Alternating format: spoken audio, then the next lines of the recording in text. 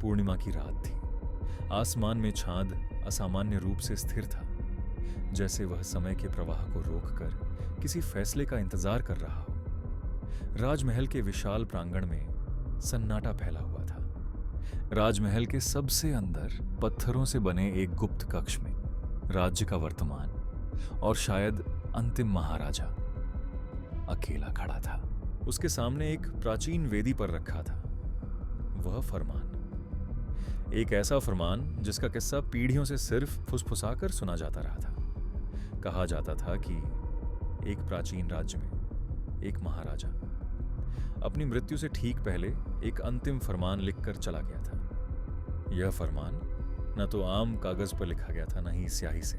वह फरमान राजा के अपने खून से लिखा गया था और उसी पल से राज्य पर एक भयानक नियम लागू हो गया। यह फरमान सिर्फ पूर्णिमा की रात को ही पढ़ा जा सकता था, और जब भी किसी ने इसे पढ़ा, अगली सुबह राज परिवार का एक सदस्य मरा हुआ पाया गया।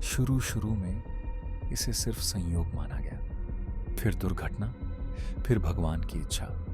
लेकिन जब हर पूर्णिमा के बाद मौत होने लगी तो संयोग शब्द का मतलब ही खत्म हो गया। राज परिवार डर के साए में जीने लगा। हर नई पीढ़ी के साथ एक ही सवाल जन्म लेता, अगला कौन? कई महाराजों ने फरमान को नष्ट करने की कोशिश की। एक ने उसे आग में झोंका। अगली सुबह वही महाराजा जली हुई अवस्था में पाया गया। दूसरे ने उसे नदी में प्रवाहित करने का आदेश दिया। तीसरे दिन उसका शव नदी की सतह पर तैरता मिला। एक ने उसे जमीन में गाड़ने की कोशिश की। उसी रात पूरा महल धंस गया। फरमान अविनाशी था, जैसे वह कोई चीज नहीं बल्कि कोई जीवित सत्ता हो। समय बीतता गया, राज परिवार छोटा होता गया।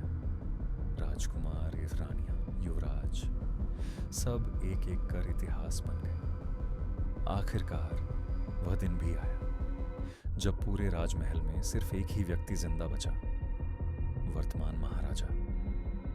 राज्य की प्रजा उसे अंतिम राजा कहने लगी थी। महाराजा जानता था अगली पूर्णिमा उसकी होगी। पूर्णिमा की रात महाराजा खुद उस गुप्त कक्ष में पहुंचा।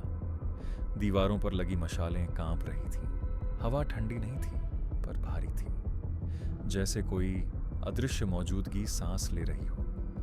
कांपते हुए हाथों से उसने फरमान खोला। जैसे ही वह खुला, कक्ष का तापमान अचानक गिर गया। फरमान पर लिखे अक्षर पहले धुंधले थे, फिर धीरे धीरे साफ होने लगे। नाम एक एक करके, वही नाम जो अब इस दुनिया में नहीं थे। उसके पिता, उसके दादा, उसके पूर्वज, सब। आखिर में सिर्फ एक जगह खाली थी। महाराजा की नजर उस खाली जगह पर टिक गई। तभी फरमान पर महाराज की खून की एक बूंद टपकी और अक्षर बनने लगे। अपना नाम देखकर महाराज डर से पीछे हट गए। उनकी सांसें तेज हो गईं। तभी फरमान पर एक और पंक्ति उभर आई, जो इसे पढ़ेगा वह सिर्फ मरेगा नहीं। महाराजा ने आगे पढ़ा, वह इस व्यवस्था का अगला वाहक बनेगा। उसका शरीर कांप उठा। तब उसे समझ आया, यह कोई चेतावनी नहीं थी, यह कोई दंड नहीं था, यह एक व्यवस्था थी। महाराजा को दीवारों पर परछाइयां दिखाई देने लगीं। वे सब पहले के महाराजा थे। सब एक ही आवाज में बोले, हम मरे नहीं थे, हमें चुना गया था। तब फरमान पर आखिरी सच उभर कर आया। इस फरमान को किसी राजा ने नहीं लिखा, इसे राज्य ने खुद रचा। महाराजा का दिल कांप उठा। राज्य, एक जीवित सत्ता। जब भी राज्य कमजोर पड़ता, जब भी सत्ता स्वार्थी, डरपोक या अयोग्य हो जाती, यह कोई श्राप नहीं था, यह उस सत्ता के जिंदा रहने की कीमत थी जो खुद को राज्य कहलाती थी, और हमेशा उस कीमत का नाम होता था राजा। महाराजा ने फैसला किया, वह इस चक्र को तोड़ेगा। उसने अपना हाथ काटा, खून बहने लगा और फरमान पर उसने एक नया शब्द लिखा, मैं। और उसके नीचे, आज से राज्य बिना राजा के चलेगा। जैसे ही शब्द पूरे हुए, चांद बुझ गया, कक्ष कांप उठा, फरमान जलने लगा। पहली बार वह सत्ता चुप हो गई। अगली सुबह राजमहल के दरवाजे खुले मिले। महाराजा अपने सिंहासन पर बैठे हुए थे, बिल्कुल स्थिर।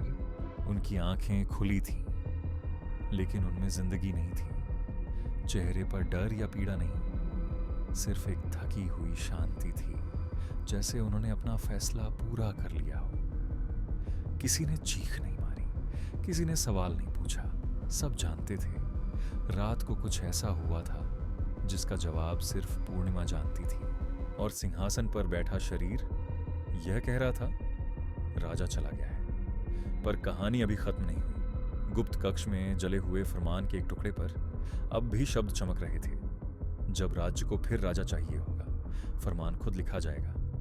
तो यह थी खून से लिखा फरमान, एक ऐसी कहानी जहां राजा सिर्फ शासक नहीं बल्कि क़ीमत था। और शायद आज भी किसी भूले बिसरे राजमहल में पूर्णिमा की रात वह सत्ता अपना अगला नाम ढूंढ रही है, क्योंकि कुछ कहानियां कभी खत्म नहीं होती, वे बस सो जाती हैं।